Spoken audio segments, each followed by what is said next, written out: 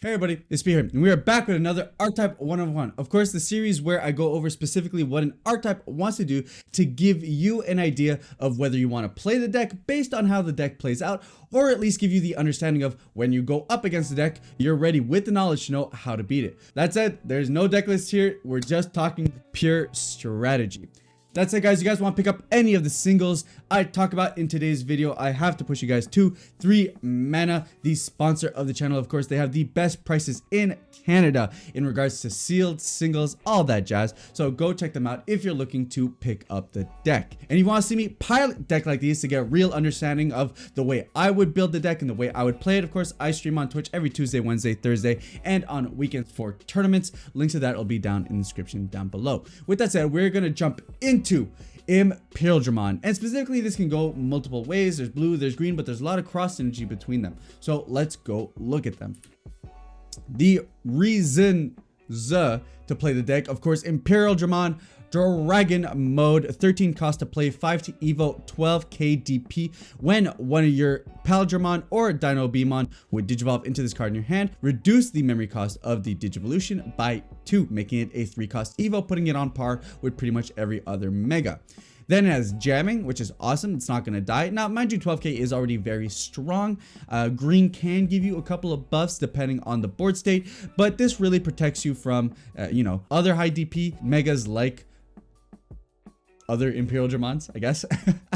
But most prominently, it's going to protect you from things like Omnimons, which is awesome. And then when digivolving, unsuspend all your Digimon with jamming, which is super powerful. If you have already established a board of jammers that you've been attacking with over and over and over again, which, Vmons go really well with, and we're going to see with this archetype, then on top of that, you digivolve into this, you can unsuspend all of them and effectively close out your opponent with a barrage of attacks, which is super powerful.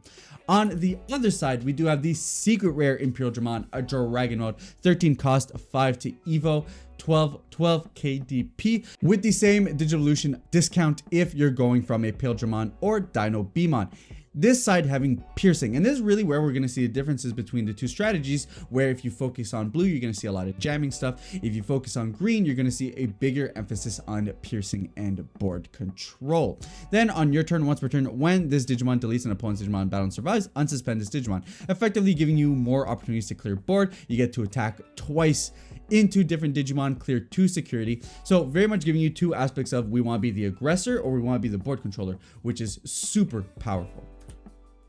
Then we look at the DNA Digivolve. We keep on talking about the Imperialdramons and Digimons, and of course, here they are. Imperialdramon, 7 cost, 3 cost to evo, 7 KDP with jamming. Very simple, gets the job done. Gonna get in there, punch in for face, and then you can go into your Imperialdramon, and hey, Imperialdramon's got jamming himself, so he's gonna restand himself. He's gonna restand your other bodies, which is awesome. Then it has the inheritable. When attacking once per turn, if this Digimon has Imperialdramon in his name, unsuspend it, which means with either or, you're going to get an additional attack, which is really sweet. It really allows you to be able to press your pressure when you go into your mega. And of course, we have Digimon, 8 cost to play, 3 to evo, 7 KDP, piercing and jamming. Piercing jamming is really awesome because it really means you can take advantage of the fact that your opponent could have little weenies on board that might have survived some swings, or that you're able to use green cards to be able to put them in rest, and now you can go ahead, pierce them, and you have the jamming protection to make sure that Dino is going to be able to survive when you go on into your Imperialdramon. Now, unfortunately, you don't get the restand, which is kind of a shame, but that extra 1 cost does mean that he is a better attacker in general than Imperialdramon all by himself. And that's kind of the swap. You lose the piercing, but you gain the ISS on Imperialdramon. So we can really split this into 2 sides of the package, right? There's the jammers package. So when we look at that, we look at Vmon, 3 cost, 2 KDP, 0 to evo with jamming. This is such a powerful card. Honestly, one of the most warping cards in the game. It makes Rookie Rush more viable, and in Imperialdramon, it is a very consistent attacker that's going to keep on being able to push for damage, and your opponent is going to have to deal with it or just accept the fact that he's being punched with a million times over, and unless he hits an option card, your opponent is going to be really left trying to figure out how to deal with all these attacks. Then we go into Digimon, a champion with jamming. If you have a tamer, odds are you're going to be playing a tamer, like we're going to see when we get to the tamer section, because they're very efficient in this type of strategy. 5 cost to play, 2 cost to evo, 5 KDP. When you have a blue tamer in play, gains jamming. Hey, it's efficient, it does what it does. Then, of course, you know, it's not really specifically part of the Digimon archetype or any of the stuff with the Imperialdramon, but at the end of the day, with the blue Imperialdramon, we get to restand all our jammers. We have no reason to not talk about the efficient jammers we could play in the deck. So we have Frigimon, 4 to play, 2 to evo, 4 KDP with jamming. Very clean, does what it does. And hey, if you get into Imperialdramon, it's going to get its restand. You're going to be able to go punch in with it.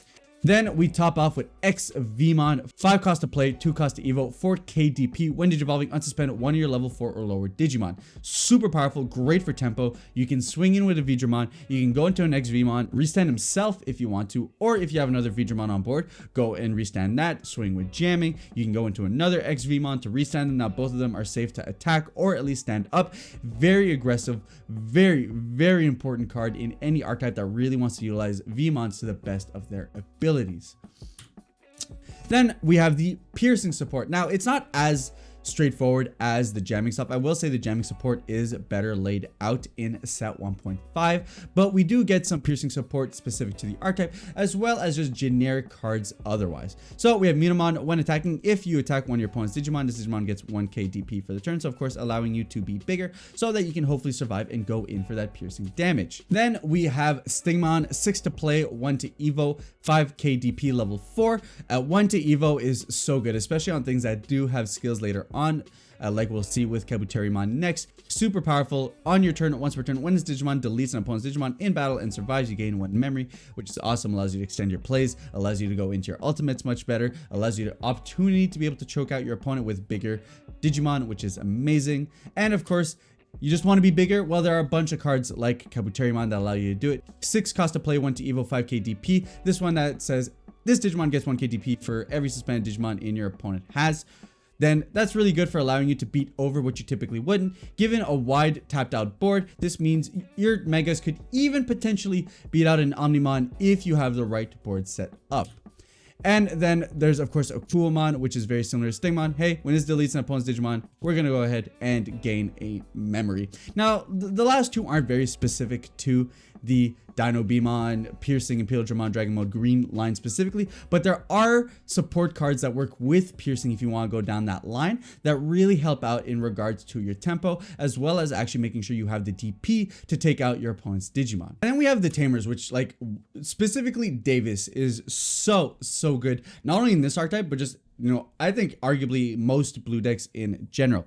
Davis Motomiya, 4 cost Tamer. Start your turn if you have 2 or less memory, you get to go ahead and set it to 3, which is awesome. Of course, most decks really love utilizing these. It means you can't get choked, which is amazing. And on play, you get to reveal the top 3 cards of your deck, add up to 1 blue and 1 green Digimon card among them to your hand. Place the remaining cards on the bottom of your deck in any order. This is sweet. You can effectively +1 from this card, which is amazing. Seeing 2 cards, setting up your plays, and then making sure you can't get memory choked afterwards is great. Effectively, because this strategy utilizes blue and green, right? You can play both Imperialdramons in the deck. They both can evo right from Dinobemon and from Imperialdramon. So you have so many options. And then that's not even including just any other generic blue or green cards that you may want to include in your deck. And of course, it has the security check that you can just go ahead and play it if it gets checked. Then on the other side of the coin, we have Ken Ichijoji. Start your turn, you got 2 or less, you gotta go set to 3 for 4 costs, so very typical. And then on your turn, when one of your green or blue Digimon deletes an opponent's Digimon in battle and survives, which is pretty cool. It means that, you know, you could use your blue Digimon to gain advantage as well.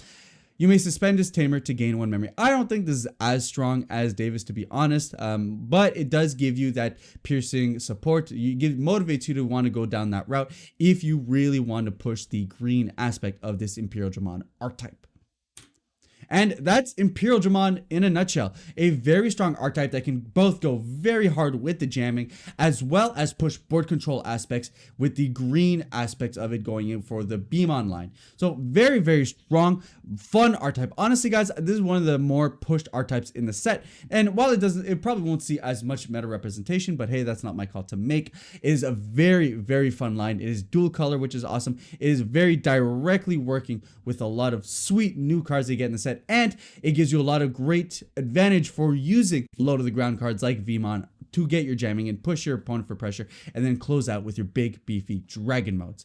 With that said, guys, how do you guys plan on building Imperialdramon? Are you going to focus on the blue stuff? Are you going to go with green? Let me know in the comments down below. If you like the video, give it a thumbs up. Hey, if you dislike it, thumbs down works too. If you want to catch more of my videos, we're going to do more Archetype 101s, and I'm really looking to expand all the Digimon content I do. Then subscribe button's in the corner. And with that said, I'll catch you guys on the next one.